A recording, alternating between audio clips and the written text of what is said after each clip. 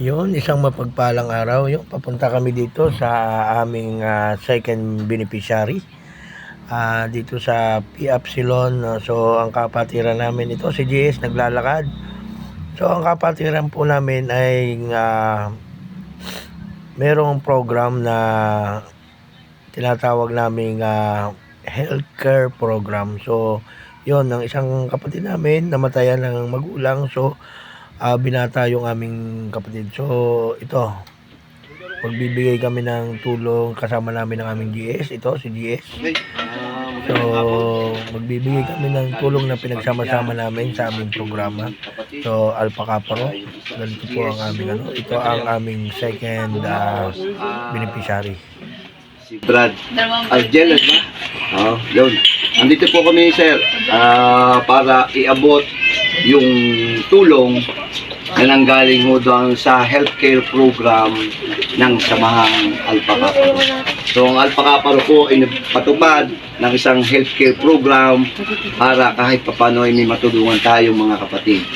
So, nagbe-benefits po niyan ay yung mga membro natin na sumali at sumang-ayon doon sa ating agreement na yon tungkol sa ating healthcare program.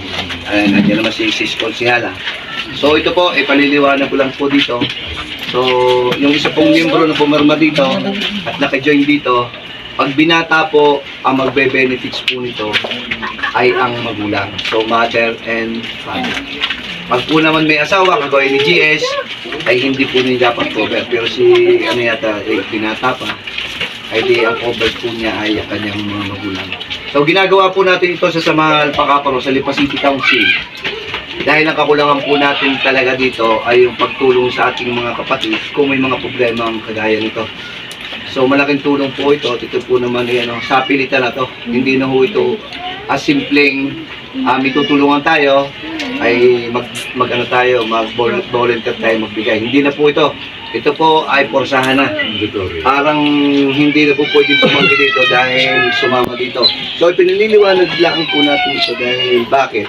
Para doon po sa mga ibang taong nakikinig sa atin na yung ating pong kapatiran ay hindi lang simpleng kapatiran. Kundi po, nagtutulungan ito, gumagawa ng mga paraan bilang ng GSM Pacific Council.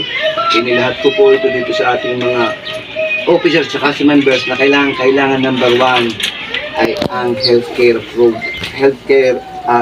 problema natin sa kalusugan. Ito napaka-important. Diba? So, anong makukuha natin kung tayo ay sa ating samahan, siguro naglilinis tayo, nagko-community service, nag-humanitarian service, pero ang number one problema talaga ay yung sa healthcare natin, sa ating health. Diba? Healthcare, ito po nagbe-benefit pag namatay, kagaya po ang isang membro namatay, tumatulog po yan. Pag po ang membro ay na-hospital at na-confine, kaya automatic. Una po, sa akin pong kalaman, si ma'am ay na-hospital, nakarating na po sa akin, pero hindi yata ma-confine. Kaya yung pong usapan namin, dapat ay naka-confine bago natin po tulungan. Yung po ay ilang beses nasabing hindi ma-confine. Sabi ko, GS, may agreement tayo na dapat nasa confinement bago natin tulungan. Hindi po malaki, pero sa maliit pong halaga na tayo po ay sama-sama doon, ay pag pinagsama-sama po ay napakadami. Di ba po? At napakalaki po. Bakit? Meron tayong healthcare program ng gobyerno natin. Libre health tayo. Pero dito po sa ating kapatiran natin, nag-ano lang sa atin, di ba? Lahat tayo ay volunteer, lahat tayo ay sariling gastos. Pero dito po, tayo rin ang gagastos, tayo rin ang magbibigay, tayo rin ang magbibenepisyo natin. Pero ang inihiling po natin sa Panginoon, huwag tayong ma-hospital, kung maaari, walang mamamatay sa atin. Hindi naman po pwede yun, at dadating sa ating buhay yun. Ay ang maganda lang po dito sa atin ay nagkakameron tayo dito sa ating magkakapatid ng ganitong programa. Hindi lang po yung simpleng linis, simpleng pagpapakain. Ito po ang number one importante. At kami po ay nandito para sa dalawa naming kapatid at siyempre sa magulang, ipare-receive po namin ang acknowledgement receipt na pinagkasundo po namin ito sa aming mga officers ng Lipa City Council. So, ang tatanggap po nito ay ang beneficiary. Siyempre po, si Brad at Jel. So, palang ito, pinagmahan lang niya. Nasa Makatuwid po, ay tinanggap niya yung tulong na nanggaling po sa nilihin niyang health benefit o healthcare program dito sa Lipa City. At muli po, nakikiramay po kami. Yung sa mga, nakikiramay po sa inyo. Kasama po namin ang Provincial Council. Sa Batangas po naman siya. At ito po ay project ng Lipa City Council. So may pinangalagaan nila sa buong probinsya ay malaki-laki po naman ang tutulong. Kaya nang napakakalaki. Magiging ehemplo ang Lipa City Council sa for the first time lang gumawa ng ito. Ang Lipa City Council. Yung parati mag-Japan. Wala ko dito. Napakaganda. Kasi hala, ano ang nasasabi niyo? Saludo. Talagang napakaganda. Ayos lang. Dahil ako din mga bagsa.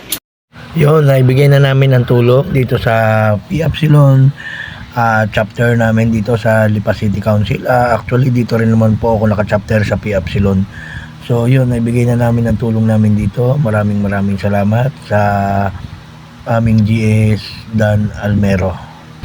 Ito naman ang aming third beneficiaries, ang aming treasurer na si Ronald Alan de Torres na nagkasakit ang kanyang anak.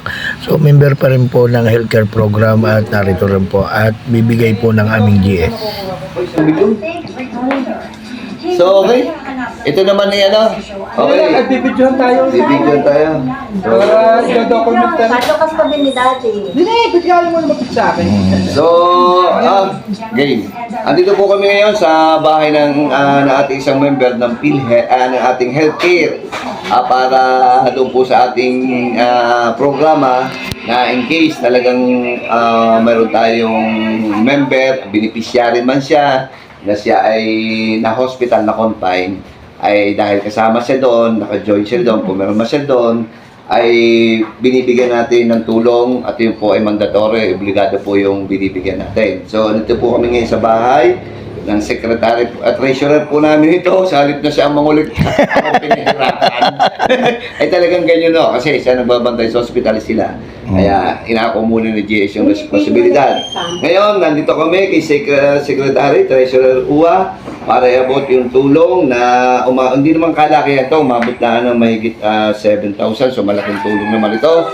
At ito ay makakatulong sa mga pambili ng gamot at siya ginastos pa doon sa hospital. Nakalabas na nga kanina at andito sa bahay na namin pinupuntahan. Yung isa ay sa hospital namin pupuntahan ngayon para matapos. So, inaabot na namin ng tulong namin kay Secretary. Ito po yung paper mana nyo, ballpen. Hindi ako marunong po lang. Isang copy. Picture mo yung anak na nakapay. Ay, tol, araw ko nakabidyo lang. Picture. Receive tayo. Picture. Camera. Dini, hawaki. Diyan, pakita mo doon. Ganito ang ating asosasyon, organisasyon ng iyong ama. 1, 2, 3. Yo. Ayun. So ito, pirmahan mo. And then yung copy ay isa sa iyo, yung ilalamit yan at yun yung souvenir mo habang tayo nasa mundong ito. Ganito kami sis pagkakamit. Ayun, narito naman kami sa ospital ng Lipa. So, mayroon na naman kami dadalan dito. Wala kaming pagod kahit gabi na. So, dadalhin namin ng tulong yung isang kapatid namin na ang magulang po ay na hospital. So, kasama pa rin po sa beneficiary ng ating kapatid kasi siya po ay binata. So, ang beneficiary po niya ang kanyang magulang. Ito, narito kami. Dinala naman namin ng aming GS Dan Almero ng Lipa City Council at ng aming BGS Eli Maicom ng Lipa City Council. So narito kami para magdala na naman ng tulong para doon sa aming programang healthcare program ng Lipa City Council. So narito kami, wala kaming pagod upang magdala ng mga pinagsama-sama naming tulong ng aming samahan dito sa Lipa City Council. So lahat ang po ito pinagsama-sama namin upang makatulong sa isang kapatid. So nandito na kami, kasama na naman namin si GS, papunta na kami sa loob ng ospital. Sige, katawa na kayo.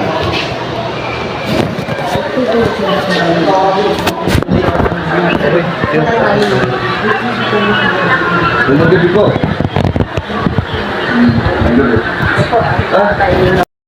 Na healthcare para sa mga members at beneficiary po ito. So, isa po kayo dahil binata ay isa pong makakatanggap ay yung mga magulang.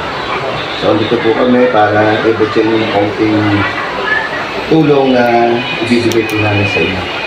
Dahil po doon sa anak niya, dahil member po siya ng Alpha Kappa Lipa City Council. Ano po? So, may gawin pa naman lang po kami sa inyo para i-receive yung matatanggap po ng tulong galing sa kapatiran Alpha Kappa. Ano po? So, open. Ang pag-receive na lang po ninyo. Yan din eh. Pangalan po, tapos signature po, nakabila.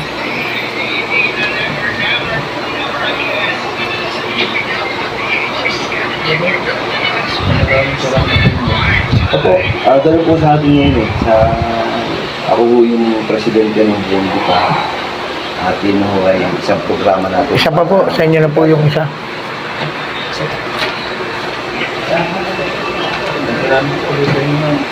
Kayo magpagaling.